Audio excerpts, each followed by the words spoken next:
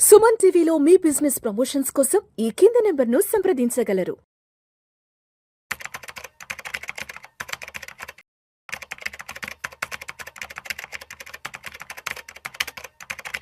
నమస్తే, welcome to Suman TV. నేను విష్ణు. ప్రస్తుతం నాతో పాటు చార్టెడ్ అకౌంటెంట్ లేళ్ల రవీంద్ర బాబు గారు ఉన్నారు. సార్తో మాట్లాడదాం. రవీంద్ర గారు నమస్తే సార్.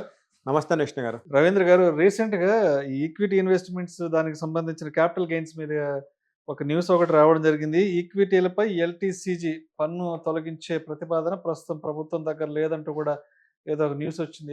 ఏంటి దీని గురించి కొంచెం డీటెయిల్ గా చెప్తున్నారు? సో విష్ణు గారు, ఫస్ట్ నుంచి కూడా షేర్ మార్కెట్లో జనాలను ఎంకరేజ్ చేయాలని చెప్పేసి యూపీఏ గవర్నమెంట్లో ఉన్నప్పటి నుంచి కూడా మీరైనా షేర్ మార్కెట్ ఇన్వెస్ట్ చేసి ఆ షేర్స్ని 1 year కన్నా ఎక్కువసేపు లాంగ్ టర్మ్ హోల్డ్ చేసి ఆ షేర్స్ మీద మనం STT security transaction tax pay చేస్తే ఎటువంటి ఇన్కమ్ ట్యాక్స్ కట్టాల్సిన అవసరం లేదు. బట్ బీజేపీ గవర్నమెంట్ వచ్చిన తర్వాత ఈ లాంగ్ టర్మ్ షేర్స్ ఏదైతే ఇండివిజువల్స్ చాలా ఎక్కువ సంఖ్యలో పార్టిసిపేట్ చేస్తున్నారని చెప్పేసి వాటి మీద 10% ట్యాక్స్ ఇంపోజ్ చేశారు. 10% ట్యాక్స్ ఇంపోజ్ చేసి 1 lakh దాకా ప్రాఫిట్ ఉంటే ఎటువంటి ట్యాక్స్ కట్టద్దని అవసరం చెప్పారు. నెక్స్ట్ ఇయర్ ఆ 10%ని 12.5%కి ఇంక్రీజ్ చేశారు. ఇంక్రీజ్ చేసి మళ్ళీ 1.25 lakhs దాకా ప్రాఫిట్ మీద ఎటువంటి ట్యాక్స్ కట్టద్దని చెప్పారు. బట్ అది మార్కెట్ మీద తీవ్రమైన వ్యతిరేక ప్రభావం చూపించింది. నేను లాంగ్ టర్మ్లో హోల్డ్ చేస్తున్నా, 1 year పాటు షేర్స్ పట్టుకుంటున్నా, ఎన్ని అవధవలు ఎదురైనా కానీ నాకు ఏదైతే బెనిఫిట్ ఉందో దాన్ని మీరు తీసేశారని చెప్పేసి రిటైల్ ఇన్వెస్టర్స్ మార్కెట్ని ఎగ్జిట్ అవుతున్నారు. నెక్స్ట్ ఎఫ్ఐఎస్ ఫారెన్లో ఎవరైతే ఇండియాలో ఇన్వెస్ట్ చేస్తారో వాళ్ళందరూ కూడా మార్కెట్ నుంచి ఎగ్జిట్ అయితే స్టార్ట్ అయ్యారు. మీరు లాస్ట్ 1 year చూస్తే ఎంతమంది ఇండియా మార్కెట్ నుంచి బయటకు వెళ్ళిపోయారు. లాస్ట్ 2 సంవత్సరాల నుంచి ఎఫ్ఐలు విపరీతంగా ఎగ్జిట్ అయిపోయారు. అయితే గవర్నమెంట్ ఏం చేసిందని ఈ ఎఫ్ఐఎల్ మరి బాగా ఎగ్జిట్ అవుతున్నారు. అట్లీస్ట్ ఫస్ట్ గవర్నమెంట్ సెక్టార్లో ఇన్వెస్ట్మెంట్ చేసే ఎఫ్ఐఎస్కి లాంగ్ టర్మ్లో హోల్డ్ చేస్తే ఎటువంటి ట్యాక్స్ ఉండదని చెప్పేసి వాళ్ళకు రిలాక్సేషన్ ఇచ్చింది. సో వాళ్ళకి రిలాక్సేషన్ ఇచ్చాక కొంతవరకు వాళ్ళు ఇప్పుడు హోల్డ్ అవుతున్నారు with respect to only government sectors వరకు. బట్ ప్రైవేట్ సెక్టార్స్కి ఎటువంటి రిలాక్సేషన్ లేదు. బట్ ఒక అపోహ ఏమొచ్చిందంటే మీరు గవర్నమెంట్ సెక్టార్లో రిలాక్సేషన్ ఇచ్చారు కాబట్టి ప్రైవేట్ సెక్టార్లో కూడా ఇంక ఇస్తారు, సో ఎఫ్ఐఎస్ నిలబడతారు, రిటైల్ పార్టిసిపేషన్ వచ్చింది అని చెప్పేసి పెద్ద ఎత్తున మార్కెట్లో చర్చ వచ్చింది. ఏదైతే బ్యాక్గా ప్రీవియస్గా లాంగ్ టర్మ్ క్యాపిటల్ గెయిన్స్ మీద ఎటువంటి ట్యాక్స్ లేదు, మళ్ళీ మనం అది చూడబోతున్నాం అని చెప్పేసి పెద్ద చర్చ జరిగింది. ఎందుకంటే విత్ రెస్పెక్ట్ గవర్నమెంట్ సెక్యూరిటీస్కి రిలాక్సేషన్ ఇచ్చారు కాబట్టి వీటికి కూడా ఇస్తారని. దెన్ గవర్నమెంట్ అలాంటిది ఏమీ లేదు, మాకు ఓన్లీ షేర్ మార్కెట్ నుంచి లాస్ట్ ఇయర్ 62,000 కోట్లు వచ్చినాయి, ఇప్పుడు దగ్గరగా 1,00,000 కోట్లు ట్యాక్స్ రూపంలో వచ్చింది కాబట్టి అటువంటి ప్రతిపాదనలు ఏమీ లేవు. కంటిన్యూ యాజ్ ఏ ట్యాక్స్లు ఏదైతే ప్రీవియస్గా ఉన్నాయో అదేవిధంగా 12.5% ట్యాక్స్ కట్టాలని చెప్పేసి గవర్నమెంట్ క్లారిఫికేషన్ ఇచ్చింది. ఇప్పుడు ఇతర దేశాలతో పోలిస్తే భారతదేశంలో లాంగ్ టర్మ్ క్యాపిటల్ గెయిన్స్ అనేది ఎలా ఉన్నాయి? సో ఇతర దేశాల్లో ఈ స్టాక్ మార్కెట్లో అంత ఉండదండి. అందుకని మన్మోహన్ సింగ్ గారు కానీ ఈ యూపీఏ గవర్నమెంట్లో కూడా షేర్స్ని లాంగ్ టర్మ్లో హోల్డ్ చేస్తే మీరు ఎటువంటి ట్యాక్స్ కట్టొద్దని చెప్పేసి క్లియర్గా ఇచ్చారు. ఎందుకంటే మన ఇండియాలో లిటరసీ రేట్ తక్కువ, షేర్ మార్కెట్ అంటే ఒక జోదంలా చూస్తారు, ఎక్కువ పార్టిసిపేషన్ ఉండదు, రిటైల్ పీపుల్ నుంచి మార్కెట్ దూరం చేయకూడదని చెప్పేసి ఎంకరేజ్ చేయాలని చెప్పేసి ట్యాక్స్ తీసేశారు.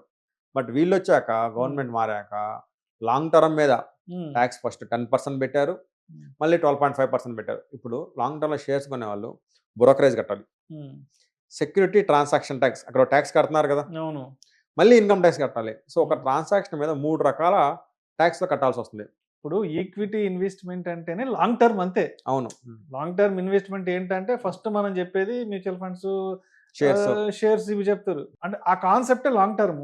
బట్ ఇప్పుడు ఆ లాంగ్ టర్మ్ ని వీళ్ళు ఈ విధంగా చేస్తే చాలా మంది పార్టిసిపేషన్ చేయట్లేదు. ఇప్పుడు 12.5% నువ్వు ట్యాక్స్ కడుతున్నావు, ఓకే. ఒక 5 yearsకి ఇన్ఫ్లేషన్ ఎంత? ఈరోజు 100 రూపీస్ పెట్టి నువ్వు షేర్ కొన్నావు, అంతే కదా. బై డిఫాల్ట్ 5% లెక్కన ఇన్ఫ్లేషన్ వేసుకున్నా కానీ 100 rupees share by default 150 rupees అవుద్ది విత్ రెస్పెక్ట్ ఇన్ఫ్లేషన్ తీసుకుంటేనే. అవును, ఈ 150 రూపీస్ 50 రూపీస్ గెయిన్ అని నువ్వు 12.5% ట్యాక్స్ చేస్తున్నావు. బట్ 50 రూపీస్ యాక్చువల్ గెయిన్ కాదు, అది that is only inflation set of. నువ్వు దాని మీద 12.5% వేస్తే ఇన్ఫ్లేషన్ వల్ల నష్టపోతున్నావు, ఫస్ట్ పాయింట్. సెకండ్ మళ్ళీ ఇన్కమ్ ట్యాక్స్ రూపంలో నష్టపోతున్నాం. అంటే ఇక్కడ లాంగ్ టర్మ్ అనే దానికి పనిష్మెంట్ ఇచ్చేసారు. లాంగ్ టర్మ్ పనిష్మెంట్ అంత ముందు పోలిస్తే పనిష్మెంట్, షార్ట్ టర్మ్ 115 దాన్ని 20 చేశారు, ఇంకా పెద్ద పనిష్మెంట్ అది.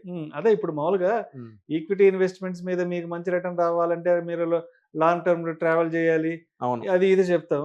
బట్ ఇప్పుడు లాంగ్ టర్మ్ ఉండాలంటేనే భయపడేలా చేశారు. చేసేసారు. సో అందుకని తీసేస్తారని కొంత నమ్మకం పెట్టుకొని మార్కెట్‌లో చర్చ జరిగింది. బట్ అది తీసేసే ప్రసక్తే లేదని చెప్పేసి మినిస్ట్రీ గైడ్‌లైన్స్ ఇష్యూ చేసింది. అండ్ అదేవిధంగా ఇప్పుడు రీసెంట్ టైమ్స్‌లో ఎవరైతే ఈక్విటీ ఇన్వెస్ట్మెంట్స్‌లోకి వచ్చారో, మ్యూచువల్ ఫండ్ ఇన్వెస్ట్మెంట్స్‌కి వచ్చారు, తర్వాత రీసెంట్‌గా ఎస్ఐఎఫ్‌లని అంటే రకరకాల మోడర్న్ ఇన్వెస్ట్మెంట్ అవెన్యూస్ అంతా కూడా మనకు కోవిడ్ తర్వాత నుంచి బాగా ఓపెన్ బజ్ అయినాయి. క్రియేట్ చేస్తున్నాయి కాబట్టి అసలు ఒక్కసారి వీటి మీద లాంగ్ టర్మ్ క్యాపిటల్ గెయిన్స్ గురించి ఒకసారి మాట్లాడుకుందాం. మ్యూచువల్ ఫండ్స్ గురించి కానివ్వండి, ఎస్ఐఎఫ్ గురించి కానివ్వండి, ఈక్విటీ ఇన్వెస్ట్మెంట్స్, తర్వాత ఏఎఫ్‌లో మనకు రకరకాల ఇన్వెస్ట్మెంట్స్ ఉన్నాయి. వాటి మీద ఎలా ఉంది ప్రస్తుతం? సేమ్ అండి. లాంగ్ టర్మ్‌లో మీరు షేర్ హోల్డ్ చేస్తే 12.5% ట్యాక్స్ కట్టాలి. హ్మ్. హ్మ్. లాస్ వచ్చిందనుకోండి హ్మ్. మీకు ఆ ఇయర్ బెనిఫిటే ఉండదు. హ్మ్. నెక్స్ట్ ఇయర్ క్యారీ ఫార్వర్డ్ చేసుకొని హ్మ్. ఫ్యూచర్‌లో మళ్ళీ ఏమైనా లాభాలు వస్తే ఆ లాభాల దాన్ని అడ్జస్ట్ చేసుకోవాలి. హ్మ్. First thing. హ్మ్. నెక్స్ట్ అదే విధంగా షార్ట్ టర్మ్ హ్మ్. అంటే less than 1 year, less than 1 year. 12 months, less than 12 మంత్స్‌లో మన షేర్స్ హోల్డ్ చేస్తే షార్ట్ టర్మ్ క్యాపిటల్ గెయిన్స్ 20% పడుద్ది. సేమ్ షార్ట్ టర్మ్‌లో కూడా లాస్ వస్తే మళ్ళీ దాన్ని నెక్స్ట్ ఇయర్ క్యారీ ఫార్వర్డ్ చేసుకుంటాం తప్పితే వాటిని మనం ఆ ఇయర్ యూజ్ చేసుకోలేము. Second thing. నెక్స్ట్ ఇంట్రాడే అని ఉండిద్ది. అంటే అదే రోజు కొని అదే రోజు అమ్మేయటం. అమ్మేయడం.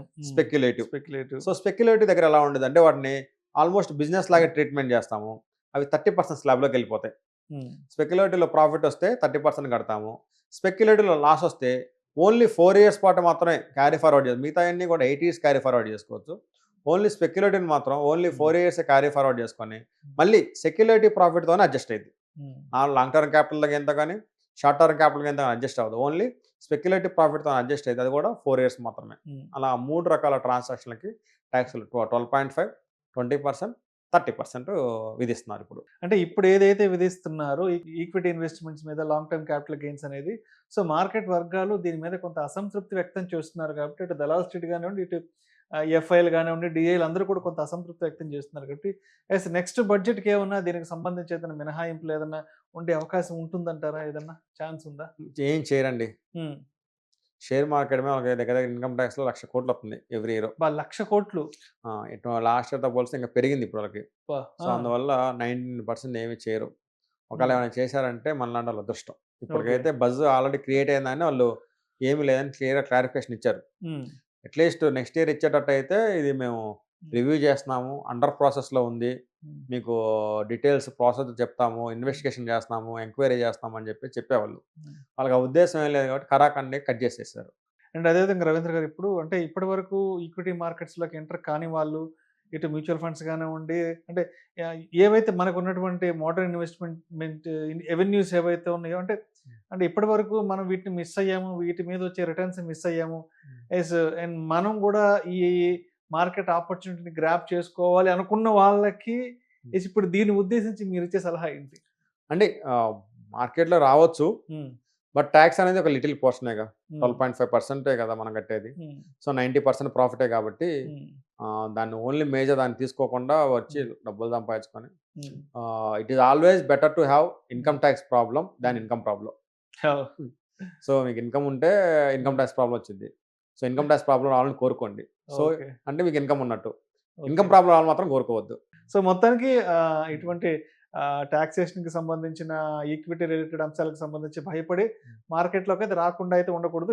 ఏదైనా సరే మనకి 100కి రూ. 90 అక్కడ ఆదాయం కూడా వచ్చే అవకాశం ఉంది కాబట్టి డెఫినిట్‌గా మార్కెట్‌లోకి రావాలంటారైతే. అంతే అండి. టాక్స్ పర్యవేక్షణలో కాదు. ఆ! మీరు డబ్బులు ఎర్న్ చేసే మార్గంలో రావచ్చు. Right sir. Right sir. Thank you sir. Thank you so much Ravindra Babu garu. Thank you అండి.